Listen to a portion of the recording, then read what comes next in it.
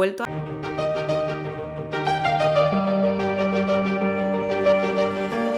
Bienvenidos al Rincón de Aquiles.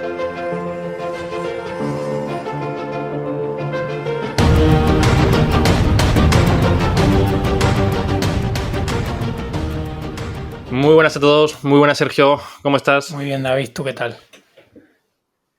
Pues estoy muy bien y muy contento porque hoy traemos una invitada muy especial. Estamos con Teresa, que Teresa es psicóloga y bueno, teníamos muchas ganas de traer una profesional por aquí porque en este podcast siempre surgen muchas inquietudes, ¿no? Y muchas preguntas a través de la psicología y qué mejor momento que traer a alguien que se dedica a ello y que tiene muchos años de experiencia a las espaldas para que nos pueda responder un poquito a estas preguntas que tanto nos surgen a ti y a mí. A mí todo lo que sea entender un poquito mejor cómo funciona nuestra cabecita, que ya te digo que es muy complicado, pues me encanta. Y sobre todo con Teresa, que salen temas tabús que en la sociedad no hablamos, como es el mero hecho de ir al psicólogo, que lo vemos fatal, o como es el suicidio, que es un tema del que no se habla y que a mí personalmente me ha impactado muchísimo. Eso es, vamos a tocar temas muy interesantes, así que nada, Sergio y yo vamos a callarnos ya y os dejamos con la entrevista. Adiós. Bueno, pues ya estamos aquí, Sergio, con nuestra amiga Teresa. ¿Qué tal, Teresa? Hola, ¿qué tal, David, Sergio? ¿Cómo estáis? Pues yo muy contento de tenerte aquí porque, bueno, ya nos conocemos hace meses, hemos trabajado en Diario Estoico juntos, hemos tenido muchas charlas que ya era hora de poner un micrófono en una de ellas y ver qué sale, porque, bueno, ahora mismo acabamos de tener una charla prácticamente de una hora, Sergio, tú y yo, que hubiese dado para un episodio de un podcast ya, pero bueno, esperamos no haber gastado muchas balas. Y vamos a empezar por el principio. Para la gente que no te conozca, Teresa, ¿quién eres? ¿A qué te dedicas? Muy bien, bueno, sí, lo dicho, estoy contigo, qué pena que no hayamos grabado, a lo mejor lo que grabamos de aquí en adelante es menos interesante que todo lo que acabamos de hablar, porque siempre salen temas muy, muy bonitos, ¿no? Cuando nos juntamos. Pues nada, mi nombre es Teresa Terol y soy psicóloga cognitivo-conductual. Y bueno, pues a esto me dedico. Realmente yo lo que hago es trabajar a nivel clínico, trabajo en consulta y ayudando a personas, sobre todo dentro del perfil de adultos, ¿no? En problemas de distinta índole. Y bueno, pues a eso me dedico y a difundir también sobre psicología, que me encanta y al final pues me apasiona, ¿no? También la filosofía, bueno, ya lo sabéis, de ahí nos conocemos, la filosofía estoica y al final pues un poquito de todo esto, ¿no? Hablar de cosas que creo que nos pueden enriquecer a nivel personal y empezar a que la mentalidad cobre la relevancia que tiene, ¿no? en el mundo. Y si nos retraemos un poco hacia atrás, ¿dónde te pica el gusanillo por la psicología? ¿En qué momento o por qué situación? Pues aquí, sinceramente, le debo, esto creo que no lo he contado nunca, le debo reconocer aquí el mérito a...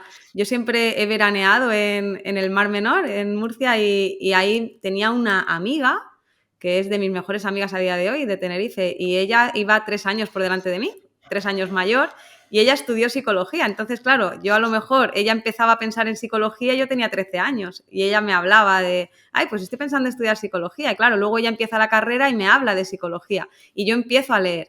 Pero sinceramente, aparte de esta persona como que me iba metiendo en el mundo por 3 años adelantado, a mí siempre me ha encantado, Sergio, siempre me ha interesado no sé, la personalidad, el ser humano, siempre me ha encantado escuchar, siempre me ha encantado hablar, o sea, los debates me acuerdo que había un programa bastante surrealista por las noches de esto de, pues que contaban, me lo ponía como a escondidas, me acuerdo, por la noche con la radio, de algo de la gente contando sus historias y sus problemas, ¿no? Y yo, ojo, qué guay, ¿no? Ser el de la radio que les escuchaba sus problemas y les daba solución. Y a mí esto me apasionaba con 10 años. Y yo me lo ponía porque eran cosas bastante fuertes, ¿no? De sexo, de no sé qué, de parejas. Y eres pequeño, ¿no? Entonces yo me ponía la radio y por la noche, eso empezaba a la 1 de la mañana a lo mejor, y me lo ponía y lo escuchaba y me parecía súper chulo, ¿no? Y yo decía, qué guay, me encanta eso. No sé, siempre me ha interesado. Luego, pues, una cosa llevó a otra y... Nos has contado, digamos, la parte buena, ¿no? Esa parte de la psicología que a ti tanto te interesó ya desde muy pequeña.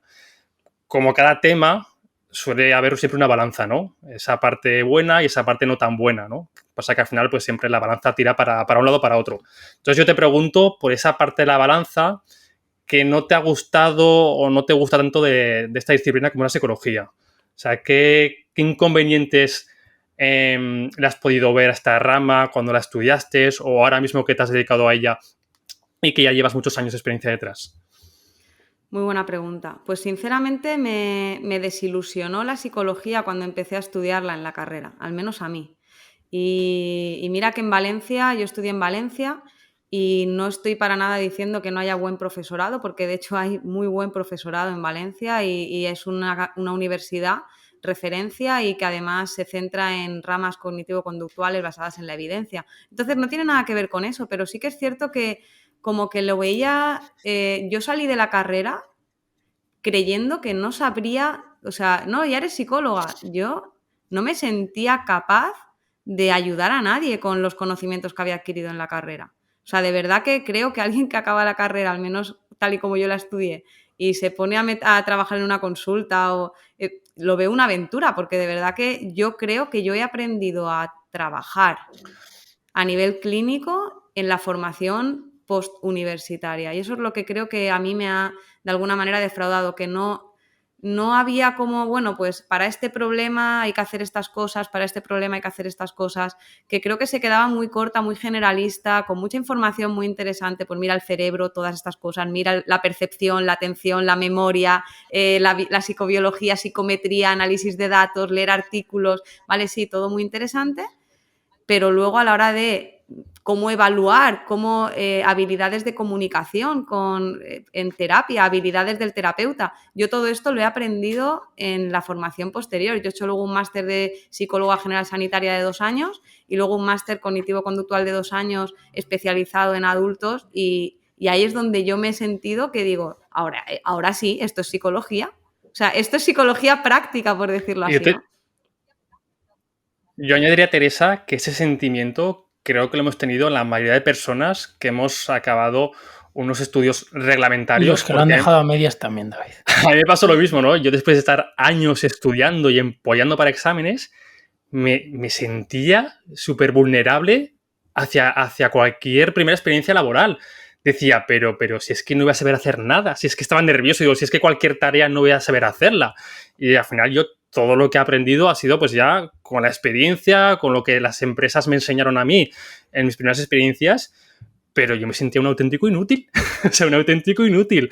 Mucha teoría, pero luego al final te das cuenta de que la empresa, esa teoría, en gran medida no sirve para nada. Obviamente te da unas bases bastante buenas, pero en el día a día no me servían a mí para nada, para nada. O sea, era como si coges a un chaval cualquiera de la calle, lo pones en ese sitio donde estaba yo y estamos igual, prácticamente en igual de condiciones. Porque a mí me tuvieron que enseñar como si no tuviese prácticamente ningún estudio anterior. Claro, y hay que diferenciar esto y aquí, bueno, me aventuro yo a meter un tema que no viene a cuento, pero aquí hay que diferenciar esto del síndrome del impostor, ¿no?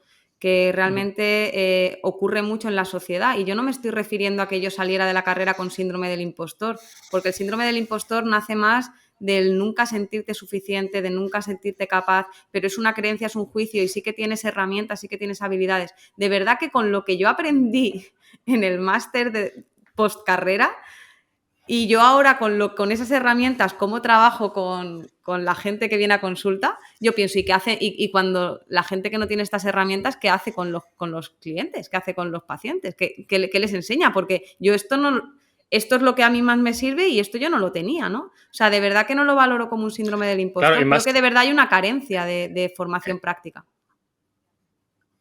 Más importante aún en tu sector, como es el sector de la salud, porque en mi sector, que quizás es más técnico, pues bueno, las consecuencias que puede tener no saber realizar una tarea de forma adecuada son quizás menos importantes que al final las consecuencias que puede tener tus clientes, tus pacientes. Al final estás tratando con personas, no estás tratando con números o con herramientas.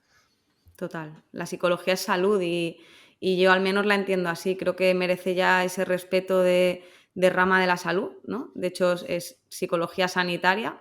Por eso, por ejemplo, dentro de los sanitarios, a los psicólogos sanitarios ya no se han, por ejemplo, vacunado, ¿no? Al final ya se empieza a valorar a la psicología como una rama de la salud. Y creo que desde ese punto es como la tenemos que entender y por eso creo que hay carreras como odontología, donde sí que creo que se forman muy bien a nivel práctico. Hay carreras como medicina, que luego tienen la residencia. Hay carreras que sí que que tienen ese perfil orientado a que acabas sabiendo hacer las cosas. Enfermería también, fisioterapia. Hay ramas de salud que están muy orientadas, pero sí que creo que en psicología hay esa carencia, ¿no? Tampoco quiero hacer aquí una crítica, pero sí que creo que al menos dentro de las ramas de la salud es no sé a día de hoy con el grado, yo ya por la edad, tampoco vamos a hacer aquí confesiones, pero yo ya hice licenciatura y bueno, a lo mejor ahora con el grado pues hay otra historia, ¿no? No, tampoco puedo saber. Sí, pero yo, bueno, que he estado estudiando hasta hace poquito, también esa falta de parte práctica yo la he echado mucho de menos. Quizás es verdad que está en los últimos años y que no le di la oportunidad, pero creo que falta práctica en general en toda la educación normativa. Y cambio un poco de tema, ¿vale, Teresa? Y es con esto del COVID a nivel laboral, pues imagino que como todas las profesiones habréis tenido que adaptaros a la consultoría o a la consulta online del paciente. Y quería preguntarte un poco pues esas diferencias entre estar cara a cara con el paciente, esa presencialidad, contra pues estar online por videoconferencia, por como estamos grabando ahora. ¿Qué diferencias ves tú? Y cómo también a nivel de psicóloga, ¿cómo lo vives tú, esa manera diferente de afrontarlo? Yo todo lo trabajaba presencial y a día de hoy todo lo trabajo online. Ya podría haber vuelto a trabajar presencial. Yo estaba en diferentes lugares, en diferentes consultas, en centros médicos y podría haber vuelto, ¿no?, a ese formato. Yo era escéptica con la terapia online. Al final creo que tenía mis prejuicios, como tiene mucha gente a día de hoy también todavía. Creo que la limitación en la terapia online la ponemos más nosotros con nuestros juicios que lo que realmente hay a la hora de eficacia demostrada clínica. Yo al menos he podido percibir que en mi caso al menos, en el tipo de casos que yo he trabajado en consulta, no he notado ningún tipo de declive ni ningún tipo de deficiencia a la hora de mejora o que se vea perjudicado a través del formato. Sí que es cierto que hay casos, por ejemplo, donde hay intervención que requiere de un contacto, como puede ser en trastornos de pánico, donde a lo mejor se trabaja con activación fisiológica para detonar determinadas sensaciones físicas, ¿no? Entonces sí que es interesante que si tienes ese acompañamiento, yo qué sé, pues en una fobia también, ¿no? Fobia a conducir, fobia al ascensor, agorafobia, ¿no? Que sí que hay una parte de la terapia donde el terapeuta acompaña, pero no lo veo tanto el trabajo en consulta donde está ese cara a cara, sino el trabajo donde de verdad el terapeuta tiene una función de acompañar al cliente. Yo digo cliente, no digo paciente, ya si queréis ya hablaremos de esto, pero yo digo cliente o valientes, yo les suelo llamar valientes, pero bueno, creo que es más una cuestión de cuando realmente hace falta, ¿no? Porque a veces si yo te tengo que provocar una taquicardia para que afrontes la sensación de taquicardia, siempre será mejor que esté yo presente por cualquier problema realmente físico, ¿no? Para si te mareas, te caes, que haya alguien, pero bueno, siempre se puede solucionar con un coterapeuta que esté contigo en ese momento en la sesión. Creo que hay cosas que tienes esa limitación, pero no para la tónica general, en ese caso ninguna. Oye, Teresa, estamos ya en el 2021 y parece que seguimos con el mismo tabú, ¿no? Nos sigue dando mucho miedo, mucha inseguridad de decir abiertamente que vamos al psicólogo. Lo seguimos viendo, al menos mucha gente aún, lamentablemente, como algo negativo, como con esa connotación negativa. Entonces tengo dos preguntas. ¿De dónde crees que nace esta inseguridad, este miedo al hacerlo público? ¿Y crees que estamos avanzando en verlo como algo más natural? Igual que tú dices, oye, que es que me he hecho un esguince en el trapecio, mañana tengo cita con el fisio. Y lo dices con naturalidad, pero en cambio si estás atravesando por una época mala, por una mala racha o tienes cualquier tipo de problema a nivel mental, parece que nos da cosa decir que estamos yendo a terapia, ¿no? Sí, a ver, resolviendo por un lado la pregunta de de por qué hacemos esto, por qué no nos gusta. Creo que, mira, justo el otro día grabé un vídeo, subí un post que hablaba de la vacuna mental, ¿no? Y esto de la vacuna mental, a lo que me refería es de cómo nos cuesta, de cómo utilizamos de mal nuestras redes de apoyo social, y al final es por el miedo a sentirnos vulnerables, ¿no? Es decir, me parece increíble que muchísima gente que viene a consulta y me cuenta sus cosas, la frase "esto nunca se lo había contado a nadie" es muy frecuente. Esto nunca se lo había contado a nadie, ¿no? Y dices, ostras, no es una cuestión de que podamos normalizar ir al psicólogo, es una cuestión de que nos cuesta mucho volvernos vulnerables. Creo que hay una carencia social, una gran pandemia que no es el COVID, sino que es la falta de autoestima y la inseguridad, y que si no nos queremos y valoramos a nosotros mismos, es como que tenemos mucho miedo a mostrarnos tal y como somos, porque de esa manera quizá ya no gustemos, quizá ya no nos quieran, quizá no nos respeten. Es como que tenemos una coraza de cara al mundo. También el hecho de que al final todos hagamos lo mismo genera esa falsa realidad, es como un poco las redes sociales, ¿no? Que todo es ideal, ¡ay, qué guay! Todo el mundo entrena, todo el mundo come súper bien, todo el mundo es feliz, todo el mundo te vas de vacaciones y no tienes un día malo, a nadie le llueve, o sea, es como todo maravilloso, y si te llueve da igual, bailas bajo una farola. Es decir, todo el mundo es feliz, nadie tiene problemas, y esta sensación de que todo fluye de esa manera es como, joder, y yo aquí con mis historias por tonterías o por no. Entonces, creo que nos da mucho miedo mostrarnos vulnerables, y cada vez esta utopía que se genera en la sociedad de falsa invulnerabilidad aún genera este miedo, ¿no?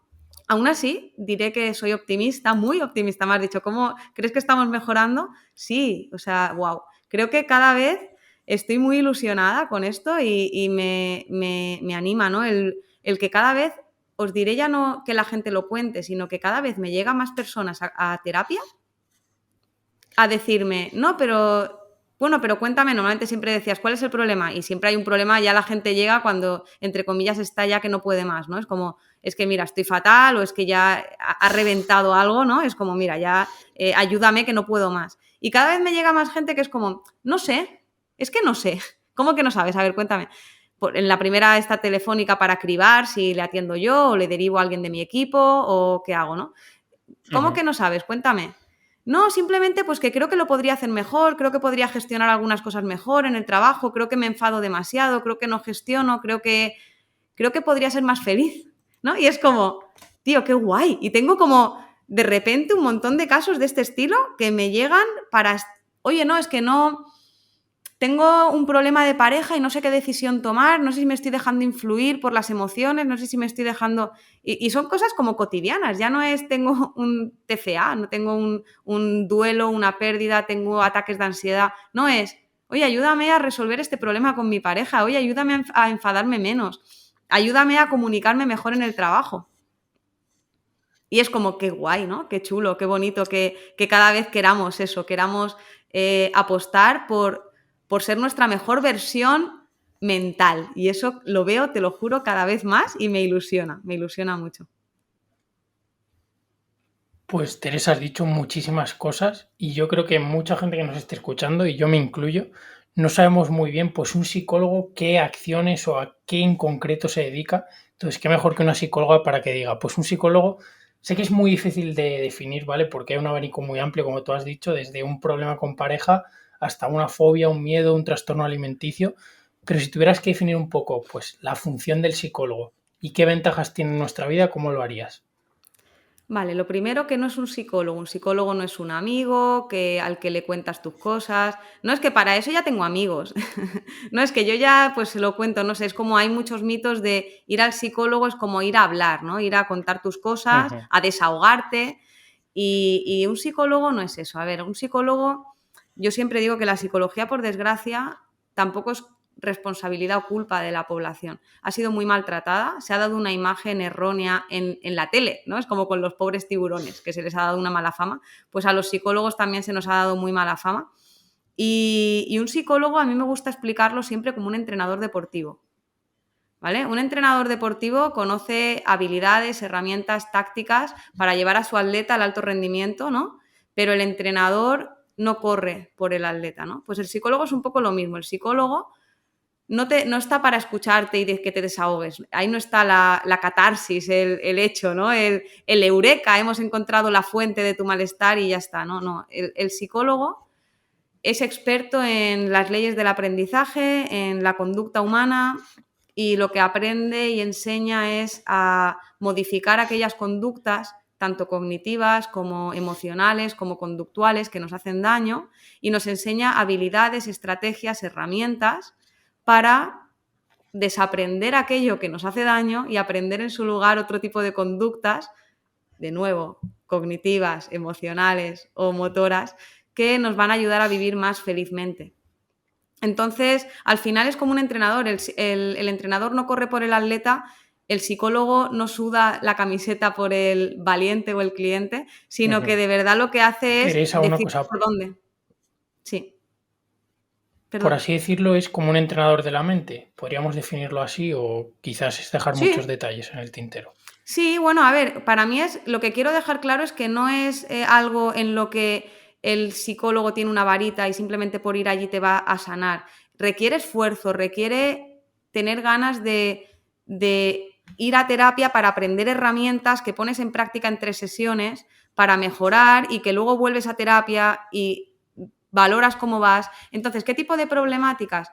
De todo tipo. Yo siempre digo que al final hay unos criterios diagnósticos, unos criterios clínicos que los marca el DSM-4, el ACIE-10, ¿vale? Todo esto está evaluado y se hace una evaluación previa donde yo detecto qué problemas hay, qué áreas problema hay, y puede haber un problema diagnóstico clínico o no, pero al final, haya un diagnóstico clínico o no, para mí ¿qué es un problema emocional? Para mí un problema emocional es cualquier cosa que te desadapta de la vida. Es decir, que te impide, que te limita, que te obstaculiza, que no te permite dar lo mejor de ti. Un miedo, una limitación. No hace falta que sea algo que para otra persona a lo mejor no sería un problema. Yo siempre digo, una fobia a las serpientes en Tailandia es un problemón y en Benidorm, pues ¿qué quieres que te diga? ¿Tienes fobia a las serpientes o a las tarántulas? Pues tampoco es un problema tener fobia a las tarántulas en Benidorm, porque no hay muchas tarántulas, ¿no? Pero si vives en un sitio donde te estás cruzando con serpientes todos los días, pues es un problema tener una fobia a las serpientes. ¿Qué es un problema? Algo que te desadapta del medio, algo que te impide ser y dar lo mejor de ti o ser quien quieres ser. Tú tienes una idea y hay un freno, ¿no? O que algo que tú deseas algo, por ejemplo, un trastorno de la conducta alimentaria, una mala relación con la comida.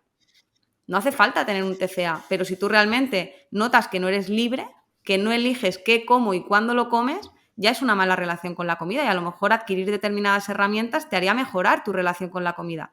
No hace falta cumplir unos criterios diagnósticos. Oye, Teresa, has dicho antes una cosa muy interesante y es que acuden a ti muchos clientes, como tú los llamas, que luego te preguntaré esa diferencia entre pacientes y clientes, que mucha gente llega, ¿no?, a consulta cuando ya no pueden más, ¿no? Cuando ya, digamos, que el vaso ya ha rebosado. Me siento muy identificado porque me pasó algo parecido y la primera vez que acudí a un psicólogo fue, digamos, cuando ya toqué fondo. Y de hecho me recuerda hasta a mi fisio, ¿no? Que también me echa la bronca porque siempre voy al fisio cuando ya voy, que no me puedo ni andar. Y dice, macho, pero David, ven el mes antes, ¿sabes? Entonces, la pregunta es, la gente que está bien, ¿vale? Que no tiene ningún problema grave, digamos, que le impida llevar su día a día de forma más o menos estable, ¿debería ir al psicólogo? ¿O hay que esperar tener esos problemas ya que ya nos pesan demasiado para dar ese primer paso? ¿O recomiendas prácticamente a todas las personas que deberían ir al psicólogo, aunque sea para valorar, ¿no?, cómo están, su día a día, quizás sí pueden mejorar en algún aspecto de sus vidas, que seguro que sí? A ver, yo creo ir al psicólogo al final es una inversión en tiempo y dinero, seamos sinceros, no es algo que requiere tiempo y requiere dinero. Entonces, como todo en la vida, decidimos en qué lo invertimos. Yo creo que hay una carencia muy grande social a nivel de gestión emocional, de gestión de nuestras relaciones sociales. Creo que hay grandes problemas de autoestima a niveles generales normalizados, grandes problemas creo que hay cosas que se deberían enseñar en el cole. No sé si me explico. Entonces, yo hay veces que cuando estoy con con personas en terapia, ¿no? Y me dicen, pero es que esto es brutal, ¿esto por qué no se enseña? O sea, ¿esto por qué nadie lo cuenta? ¿Por qué no, en el cole no te enseñan los derechos asertivos y te enseñan herramientas y te enseñan habilidades de comunicación y te enseñan técnicas? ¿Y por qué no te enseñan a entender las emociones? ¿Qué son las emociones? ¿Para qué sirven? ¿Cómo se gestionan? ¿Cómo se aceptan? ¿Por qué no nos enseñan lo que también se habla desde la filosofía y el estoicismo, ¿no? La influencia de los pensamientos. ¿Por qué no nos enseñan todo esto? Entonces, ¿cualquiera puede ir a terapia? Creo que cualquiera puede sacar un beneficio de ir a terapia. Ahora, es una inversión de tiempo y de dinero y sí que es cierto que, bueno, que creo que cualquiera que quiera invertir en su crecimiento personal podría mejorarlo yendo a terapia. Ahora, yo creo que normalmente pues lo ideal Claro. es ir con un mínimo de algo orientado a algo, ¿no? Yo recuerdo cuando fui a terapia precisamente eso, ¿no? Que me sentía afortunado porque yo pagaba por sesión creo que 50, 60 euros, que más o menos las tarifas van entre 50 y 70, ¿no? Por lo que tengo entendido. Por esa... Claro, es algo caro. Quiero decir, una sesión de una hora, dejarte 50, 60 euros, no todo el mundo se lo puede permitir. Y más si tienes que ir 2 o 3 sesiones durante un mes. Quiero decir, es un gasto que al final es un privilegio, ¿no? Entonces yo me sentía bastante privilegiado el poder invertir en eso, ¿no? Porque en ese momento, pues yo por determinadas razones lo necesitaba y me fue muy bien. Pero claro, ¿qué hacemos con esas personas que no se lo pueden permitir? ¿Qué la salud pública qué dice al respecto? Qué bueno. Sí, a ver, aquí lo de gasto o inversión, ¿no? Yo siempre digo que, por ejemplo, ir al psicólogo, pues sí, imagínate que vale 50 euros la sesión, son 4 sesiones al mes, 200 euros al mes, tienes que ir 5 meses, 1.000 euros, ¿no? Dices, ostras, que 1.000 euros, tío, es mucho dinero, ¿no? Pero luego no nos cuesta gastárnoslo en un iPhone o se nos pincha una rueda y lo damos por sentado, que hay que, pues no, es que en el coche merece la pena porque me transporta, pero al final tu felicidad va contigo. Es decir, para mí hay gente que arrastra un problema de verdad importante, de enfado patológico, de ansiedad, de estado de ánimo, de mala relación con la comida de hace 4 años y son tremendamente infelices, están tremendamente limitados por 1.000 euros, que dices, es dinero, ¿no? Pero los gastamos en otras cosas, en salir a cenar un sábado, al final te gastas 35 euros en la cena, más X en una copa, y dices, pues 2 copas, más la cena, más no sé qué, eso, pues, no sé, que al final inversión o gasto va a ser relativo. Ahora, al margen de esto, obviamente, hay personas que tienen una limitación económica, esto es evidente, ¿no? Y les afectará en todo en la vida. Y el sistema público de salud, aquí hay una carencia brutal, que yo siempre defiendo, que debería haber una sanidad pública mucho más potente a nivel mental. Es una basura, lo siento decirlo así, pero es una basura lo que se ofrece. Estamos hablando de que realmente la evidencia científica marca unos protocolos basados en evidencia que son a lo mejor de una sesión semanal durante una sesión, pues 4 al mes, ¿no? Por decirlo así, y normalmente lo que se está dando en sanidad pública, no sé ahora, estoy un poco desvinculada, pero estamos hablando de media sesión de media hora cada 15 días, no sé, es que no, es imposible que de verdad alguien obtenga una mejora sustancial, ¿no? Con esa eficacia, no sé. Bueno, entonces, claro que sí, tienes toda la razón y aquí desde la parte privada poco podemos hacer, ¿no? Creo que falta que aquí se haga algo desde la salud pública. Sí, y para mí otra de las partes donde el sector público debería incidir es que se diese a conocer pues otra rama como es la filosofía, que antes hablabas, Teresa, de eso que ojalá me hubiesen enseñado esto en el colegio y ojalá a todos nos hubiesen descubierto la filosofía, pero ya no la filosofía como nos la enseñan en bachillerato, que todos la hemos vivido, sino que nos la aproximen de una forma mucho más práctica. ¿Y por qué cuento todo esto? Pues básicamente es porque sé que la psicología y la filosofía están muy relacionadas, sobre todo la terapia cognitivo-conductual y el estoicismo, y me gustaría saber pues un poco esa relación, si son compatibles, cómo son compatibles. Brutal. A mí el estoicismo llegó a mi vida hace no mucho, entre comillas, relativamente, y fue como un shock. O sea, porque bueno, como tú dices, del cole, el P entonces Q, del cole de filosofía, y de repente pues descubres esto, ¿no? Que dices, joder, ¿por qué no nos lo han contado nunca, ¿no? Esta filosofía tan brutal, me explotó el cerebro, sinceramente, del paralelismo claro y evidente que hay entre el estoicismo y la psicología cognitivo-conductual. De hecho, bueno, pues Marcos Vázquez en su libro Invicto hace un paralelismo muy claro de esta psicología cognitivo-conductual con el estoicismo, ¿no? Y de alguna manera es que creo que es increíble como algo que se hablaba hace tantísimos años es exactamente lo que la psicología luego ha cogido para simplemente avalarla de alguna manera con un sello de ciencia. Es decir, ¿qué diferencia la filosofía de la psicología, en este caso cognitivo-conductual? La evidencia científica, que hay muchas cosas de la filosofía que a lo mejor no han sido avaladas y muchas cosas de la filosofía que habrán sido avaladas a través de estudios que demuestran que, y ya, bueno, ya no diría incluso la aplicabilidad, porque justamente la psicología y la filosofía estoica se consideran cosas muy prácticas ambas, ¿no? La filosofía estoica, si algo es práctica. Pero al margen de esto sí que es cierto que pues se queda corta a veces en estrategias como más procedimentadas, por decirlo así, ¿no? Creo que la psicología lo que aporta, yo al menos, mira, además a raíz de estar en el mundo del estoicismo, me llega gente a terapia, ¿no? Que es estoica. A mí eso me encanta porque da mucho juego, ya vienen con una base y tengo pues muchos valientes estoicos en terapia y es muy chulo, ¿no? Decirme, joder, es que esto es lo que yo llevo, distánciate. Ya, pero dime algo más, ¿no? Es como que a veces falta ese último empujón, una última herramienta como más operativa que te ayude a aplicar algo de la filosofía, ¿no? Creo que es como la última parte más práctica a nivel operativo, por decirlo así. La psicología de la filosofía. Sí. O sea, que baja muchas cosas a tierra que quizás la filosofía está un poquito más como en el aire, ¿no?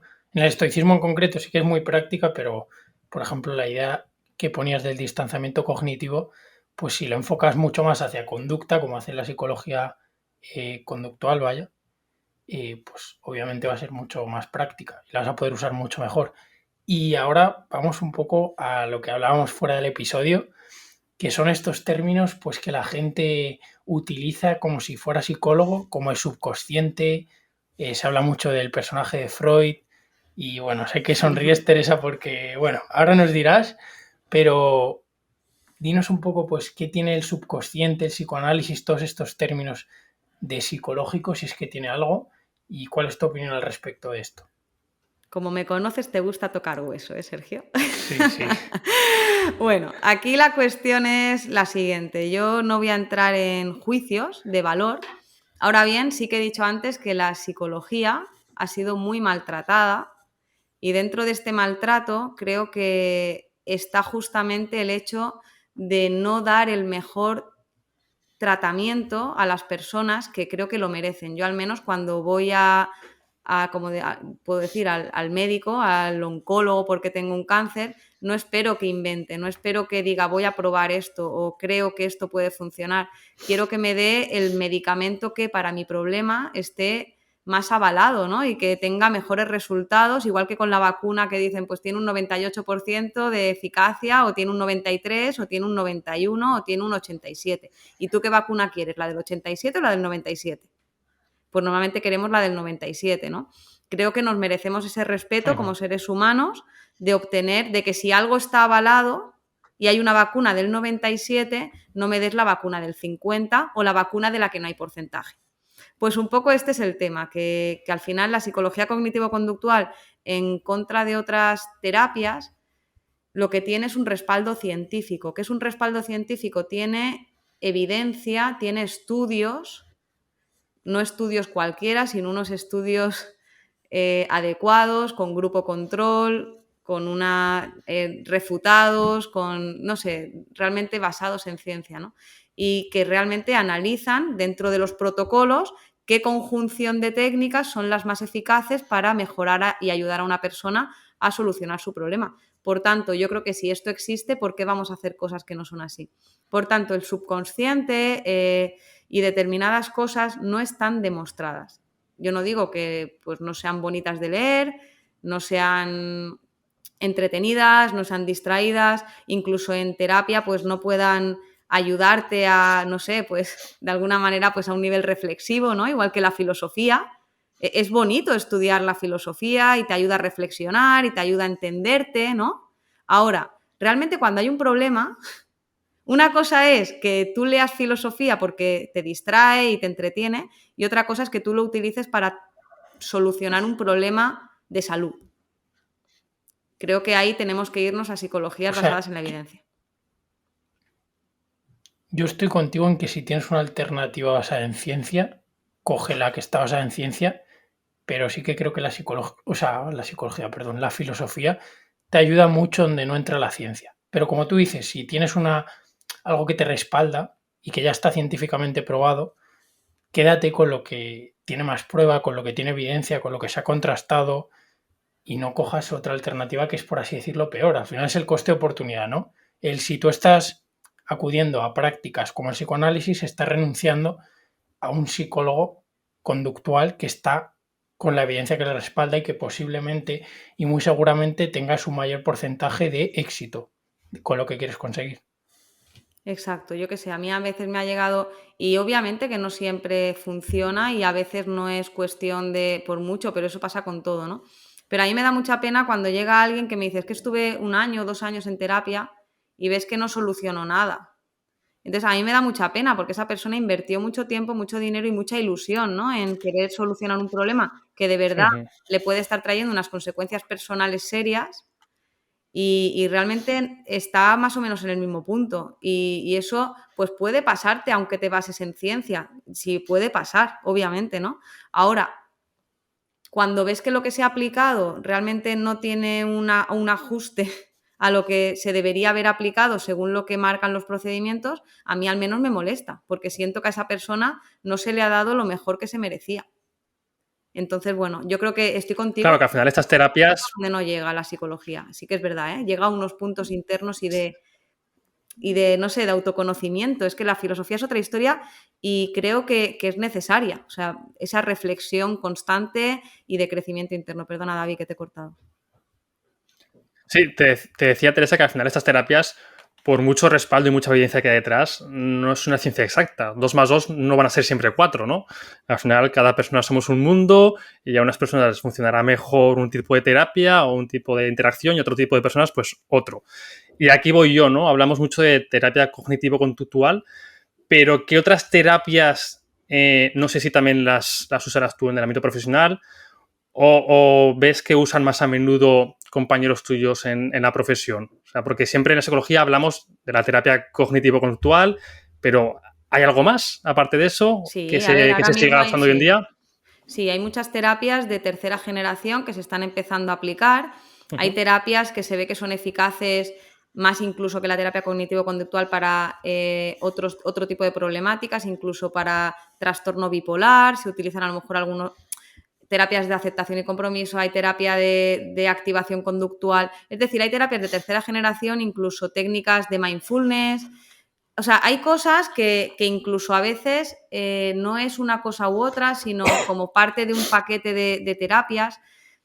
Ahora bien, por norma general, yo no digo que la psicología cognitivo-conductual sea la única en absoluto. Si al final esto está en los manuales diagnósticos, en los manuales médicos, es decir, no es algo que yo quiera decir es que es la psicología cognitivo-conductual. Normalmente hay unos protocolos que dicen para el trastorno depresivo, los protocolos más eficaces son este y este. Y normalmente lo que ocurre es que en psicología clínica normalmente los protocolos que tienen más respaldo son los cognitivo-conductuales, pero sí que hay otro tipo de técnicas, ya te digo, que están en ello, ¿no? Y que cada vez están como, obviamente son de tercera generación y que claro, ellos defienden, es que no hemos tenido el tiempo, ¿no? La terapia cognitivo-conductual viene de mucho tiempo y ha tenido mucho tiempo de hacer investigación. ¿Quién sabe? Y yo soy la primera que dice, el día que digan, no, lo que funciona es ponerte una uva en la cabeza, pues yo, oye, cuando venga el cliente le pongo una uva en la cabeza. Si poner una uva en la cabeza soluciona más el problema que otra cosa, yo te pongo una uva en la cabeza. Si yo no estoy en contra de cambiar el protocolo.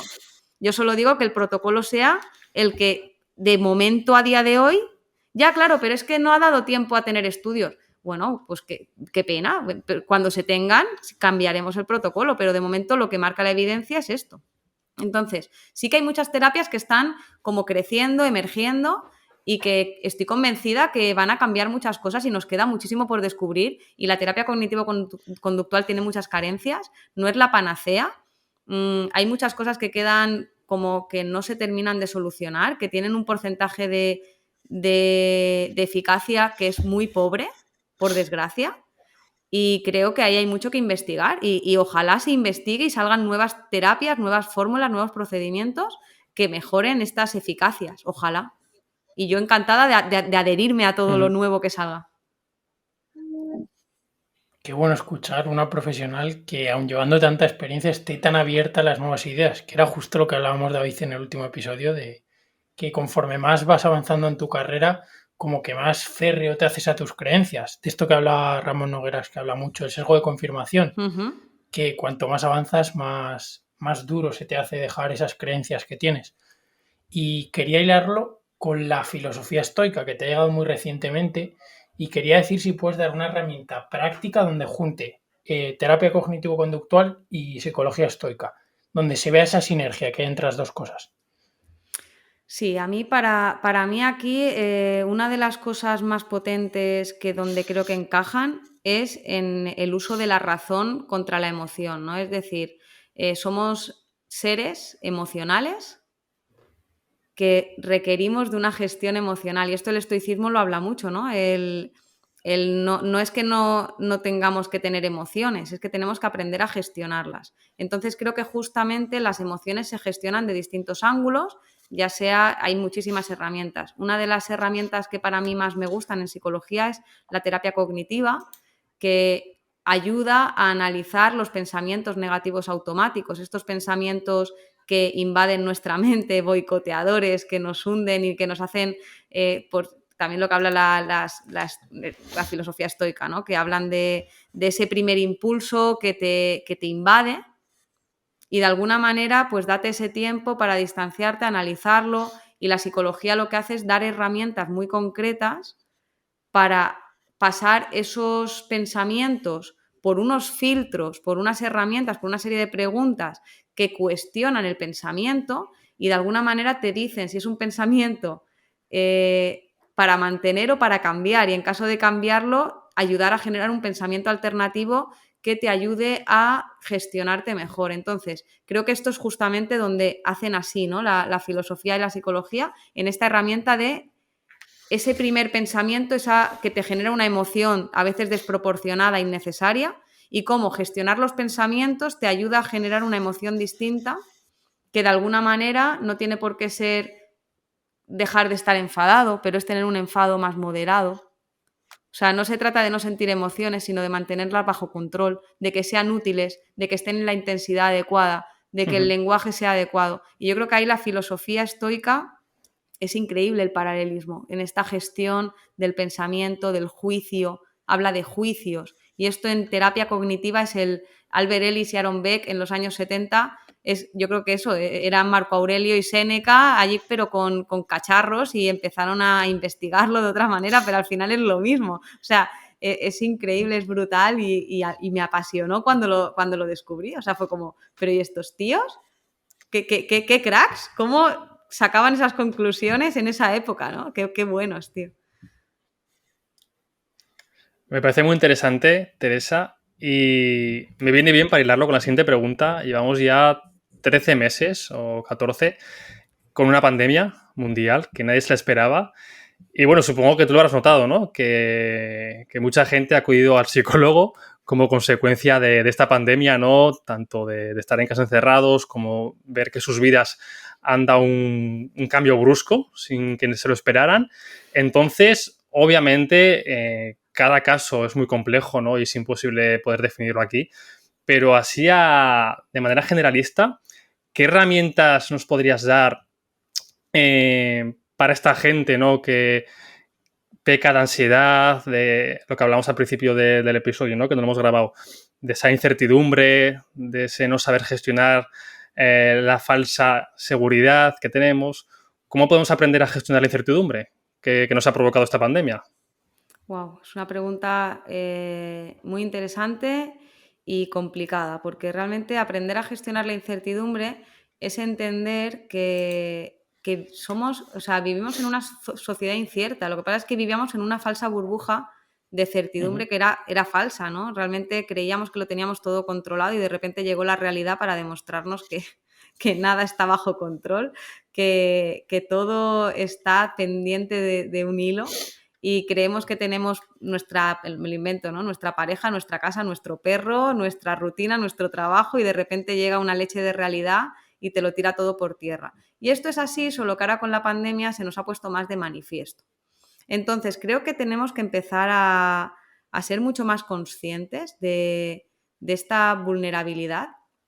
Creo que aquí, como decía Sergio, más que la psicología, porque la psicología más que una herramienta, es que esto es complejo, ¿no? Son herramientas como más concretas. Creo que aquí ayuda mucho la filosofía y creo que mucha gente por eso también se ha volcado en la filosofía estoica durante la pandemia, porque creo que simplemente empezar, David, a tomar conciencia de cómo nos sentimos, respetar las emociones, entendernos y aceptarnos. Es decir, nos da miedo sentir miedo, no, ya no es el miedo, nos da miedo sentir miedo. Entendemos Ujú. que no tenemos que estar tristes, no queremos estar tristes. Hay emociones como que no, como que son enemigas, el enfado, la tristeza, el miedo, y no nos damos cuenta de que todas las emociones son necesarias, adaptativas y son funcionales siempre y cuando las gestionemos y son grandes amigas. Es decir, el miedo, si no lo tuviéramos, a mí al inicio de la pandemia me llamaron de la radio, oye, queremos que vengas y hables de cómo no tener miedo. Y yo dije, yo no voy a hablar de eso. ¿Cómo no tener miedo? Es decir, el miedo tenemos que tenerlo. Esto es como decir a un niño que no tenga miedo y luego se tira a la piscina y se ahoga, ¿no? Y luego, ¿qué pasa? Que no tenemos que Lo que tener dice el miedo y luego hay estoicismo, ¿no? Se trata fiestas. de gestionar las emociones. Claro, no Mm. tenemos que tener miedo y luego pasan las Sí, fiestas sí, de no, la playa de eso es. Barcelona. Claro, ¿cómo que no tenemos que tener miedo? Lo que hay que tener es una conciencia de que hay una situación grave, de que hay una situación donde hay un riesgo y tenemos que conseguir que ese miedo no nos limite. Eso sí, lo que pasa es que esto mal entendido, si tú hablas de que no hay que tener miedo, parece que lo que no hay que tener es miedo, no, lo que no hay que tener es un miedo desadaptativo. Entonces, yo creo que hay que jugar mucho con este entendimiento de las emociones, con este empezar a entender que el miedo está bien, que la tristeza está bien. Es que, me da mucha pena no ver a... Yo llevo sin abrazar a mis padres desde marzo de 2020.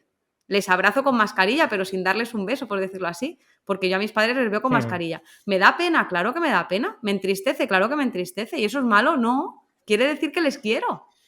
Es decir, ¿es malo sentir tristeza? No. Es que estoy triste, no quiero estar triste, dime qué hago para no estar triste.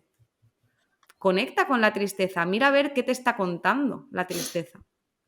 David, yo creo, no sé si te estoy contestando, pero creo que lo que hay es un miedo a no querer sentir emociones.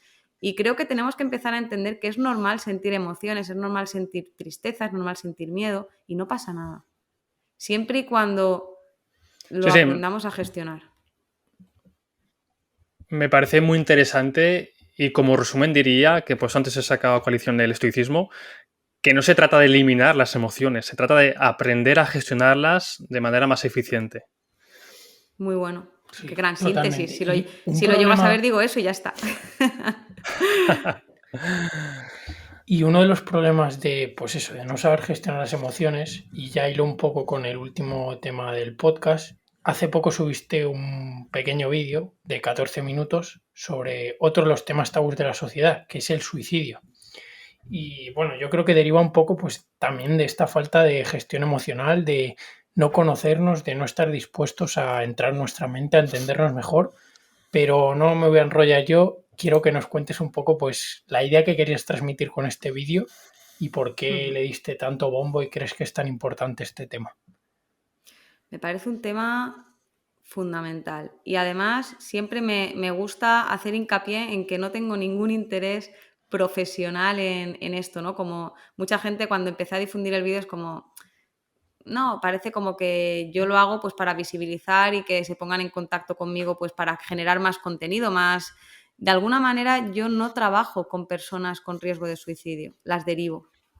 ¿vale? Yo no, es una de las problemáticas que no entran dentro de lo que yo quiero trabajar. Lo podría trabajar, pero no es un tipo de problemática que siempre derivo. Pero es que aún así me parece que todos los profesionales de la salud e incluso la sociedad en general, los medios de comunicación, me parece increíble que no se hable, que sea un tabú. O sea, estamos hablando de que hay una muerte cada 40 segundos, pero en el vídeo no hablo de todo lo demás, porque tampoco da tiempo a más, me podría haber tirado hablando sin un montón de tiempo, pero es que por cada muerte hay 20 intentos de suicidio. Un intento de suicidio no es alguien que llama la atención y se intenta suicidar para llamar la atención. Un intento de suicidio es alguien que podría haber muerto porque lo ha intentado de verdad, pero salió mal. Es decir, si cada 40 segundos hay una muerte, un suicidio, estamos hablando de que cada segundo y medio, 2 segundos, alguien se está intentando suicidar. Mientras yo estoy diciendo este mensaje, 1, 2, 1, 2. Cada vez que digo 2, una persona se está intentando suicidar. Y me parece muy fuerte que esto no empiece a tener voz, porque al final es una de las principales causas de muerte. Por encima de accidentes de tráfico, no lo sé, o sea, hay 10 suicidios al día en España. No lo sé. No, me parece como para que empecemos a plantearnos qué está pasando. Y obviamente, Sergio, como decías, la problemática de la mala gestión a nivel social de las emociones. Y esto combinado con la poca importancia que se le ha dado a la salud mental, con el tabú que hay y combinado con que no hay una buena salud pública a nivel de ayuda, ¿no? Realmente lo que detona es que una persona que tiene una depresión tiene 20 veces más probabilidades de acabar suicidándose. Una persona, el alcohol está presente casi en el 50% de los suicidios. ¿Cuánta gente no tiene problemas con el alcohol? No digo que al final son factores de vulnerabilidad, que están generando, ¿no? que realmente pues esto es un problema muy serio y además hay muchos mitos, muchos tabúes que hace que todavía a nivel social lo gestionemos fatal. Cuando vemos a alguien cerca que puede estar insinuándonos que está mal, que tiene miedo, que no sabe si... Es decir, gestionamos muy, muy mal esto a nivel personal. No sabemos qué narices hacer. Yo, Teresa, hay algo que no entiendo, ¿no? A ver si me lo puedes explicar tú. Ahora mismo el suicidio es la causa de muerte externa en nuestro país, la primera causa. Incluso duplica y casi triplica a los accidentes mortales de tráfico. ¿Por qué no se habla de ello? ¿Por qué hablamos de causas de muerte que no restan importancia a otra? Pero se habla como si fuese las únicas causas y el suicidio, que es la primera, no abre ningún informativo. No se habla de ello nunca. No lo entiendo, Teresa. Porque dicen, igual que dicen que la fruta por la noche engorda, dicen que hablar de suicidio aumenta el riesgo de suicidio. Y por tanto, si yo hablo de suicidio en la televisión, a lo mejor estoy incitando al suicidio. Y esto es un mito. Hablar de suicidio, obviamente según la forma, según, no sé, claro, obviamente, no sé, si das palmadas a alguien para que se suicide, estás hablando de suicidio. Pero si lo haces de una forma educativa, si lo haces de una forma dando soluciones, dando herramientas, dando fuentes a las que dirigirse, lo que estás haciendo es darle a alguien un túnel de salida, darle a alguien una luz al final de ese túnel, ¿no? Y como realmente las personas que quieren o están pensando en suicidarse, llega un punto en el que no saben a dónde dirigirse de verdad, porque tienen mucho miedo de decirlo a su entorno cercano, porque normalmente este entorno cercano no reacciona de la mejor manera. Tampoco quieren preocupar a nadie, pero claro, ¿a dónde llamo? No saben a dónde dirigirse. Es que a ver qué van a pensar de mí. No sé, como hay tanto tabú, como es algo tan extraño, como parece que nadie lo haga, yo soy el raro y de alguna manera se genera esta sensación en la persona que lo hace, ¿no? Luego hay otro tema y es el que lo dice no lo hace. O el que quiere matarse no lo dice, ¿no? Y entonces aquí es donde socialmente donde nos equivocamos. Incluso yo he visto familias diciendo que donde ha habido un intento de suicidio en la familia y dicen si lo que intenta es llamar la atención. Llamar la atención, bueno, normalmente puede ser incluso que sea una llamada de atención, pero una llamada de atención porque quiere quitarse la vida. A lo mejor es que hay que prestarle atención, ¿no? Es decir, no quiere estar aquí. No se hace esto Claro. para llamar la atención, no es verdad. Dicen que el que quiere de verdad suicidarse no lo dice, lo hace. Y no es verdad porque está comprobado que la gran mayoría de personas que acaban suicidándose, se acaba comprobando que han hecho algo para intentar pedir ayuda, aunque sea decir una frase, han intentado pedirla de alguna manera, solo que a lo mejor hemos sido invisibles no nos hemos dado cuenta, no le hemos dado importancia, frases como es que a lo mejor ya no merece la pena estar aquí, es que a lo mejor la vida ya no es suficiente, a lo mejor este tipo de frases las banalizamos a veces. Y yo soy muy partidaria de educar a la población para ello, perdona, sí. Que te iba a decir que cómo podemos hacernos nosotros más visibles para esas personas que, por ejemplo, imagínate que tuviera un conocido que se lo está planteando, le escucho una frase de ese estilo, ¿cómo podemos nosotros ayudar a alguien que se quiere suicidar pues a salir de ese camino o ayudarle a conseguir realmente lo que quiere? O sea, a salir de ese suicidio, vaya. Creo que lo primero que tenemos que trabajarnos es como a nivel individual previo a encontrarnos con esa situación. Yo esto, por ejemplo, lo he hablado en sobremesas, ¿no? No hablo ahora aquí que estamos teniendo como un debate más abierto, sino imagínate pues en una comida de amigos o una comida de trabajo, ¿no? Que estás hablando y sale el tema y tú dices, cuando alguien dice esas frases, lo que hay que hacer es preguntar si se está refiriendo a quitarse la vida. Y tú dices, ¿cómo narices le voy a preguntar eso? A ver. Y si no es eso, es decir, si simplemente ha dicho, joder, es que la vida es una mierda, esto ya no merece la pena. ¿Y qué quieres que le diga? Que si se está pensando en suicidar, te lo dicen así, ¿no? A ver, ¿qué quieres que le diga? Que si se está pensando en suicidar como una locura, ¿cómo le voy a decir eso? Y yo digo, sí, claro que le tienes que preguntar eso. ¿Qué tienes que hacer? Si alguien te da a entender que puede estar pensando en quitarse la vida, pues de una forma muy asertiva le tienes que decir, perdona, que no te moleste, porque a lo mejor me estoy colando. Pero es que a lo mejor es un compañero, a lo mejor es alguien con quien no tienes una relación íntima, porque además suele pasar esto, que lo dicen a lo mejor en el peluquero. Porque es como que con su pareja no se atreven, con sus amigos les da vergüenza y a lo mejor están en el peluquero y te sueltan esa frase. Y el peluquero dice, ¿yo qué narices tengo que decirle a esta persona? Si yo no es mi amigo, no es mi nada, ¿cómo le voy a decir yo eso?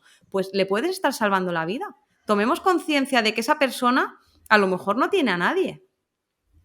Y tú estabas allí casualmente, eres su peluquero, eres su camarero, eres su fisioterapeuta y te suelta, es que la vida es una mierda, a veces da ganas de quitarse de en medio y ya está. Y tú le tienes que decir esto, Sergio, es decir, oye, mira, que no te moleste, porque a lo mejor me estoy colando y mucho, pero esto que me estás diciendo, ¿te refieres a esto? ¿Lo estás diciendo en serio? ¿O es una forma de hablar? ¿Y aquí qué? ¿Que te diga que no? No, hay dos formas de decir que no, pero tío, tú estás loco. Y tú dices, vale, me he colado, ¿no? O que te diga, no, bueno. ¿Y aquí qué hacemos? Insistir. A ver, simplemente que sepas que puedes contar conmigo. Y que si de verdad estás pensando en eso, hay salida. Siempre hay salida. O al menos que intentarlo. Puedes estar salvando La verdad, vida. Teresa, que da escalofríos lo que nos has contado y las cifras. La gente que, para que se haga una idea, en 2018, solo en España, murieron por suicidio más de 3.500 personas, que es una barbaridad en un año, para que la gente, pues eso, con estas cifras haga un poco la granditud del problema que tenemos y que no le estamos poniendo solución, o al menos la que se merece.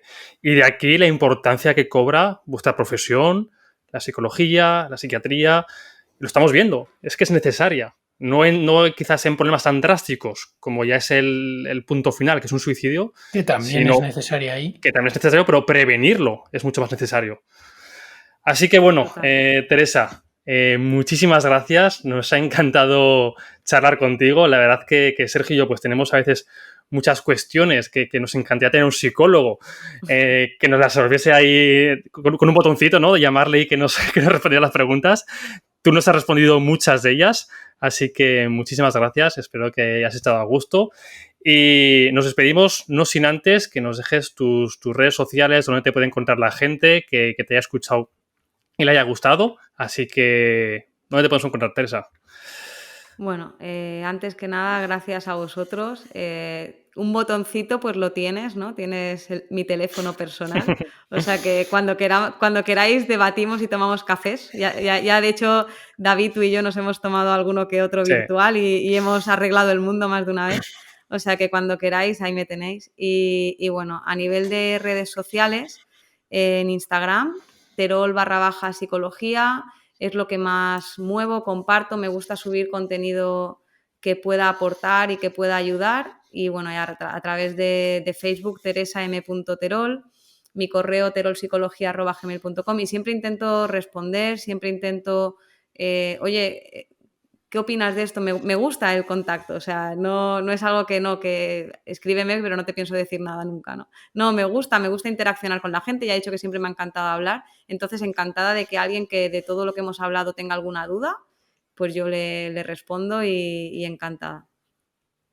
Pues muchas gracias, Teresa. Muchísimas gracias, Teresa. Un fuerte abrazo. A vosotros, un abrazo.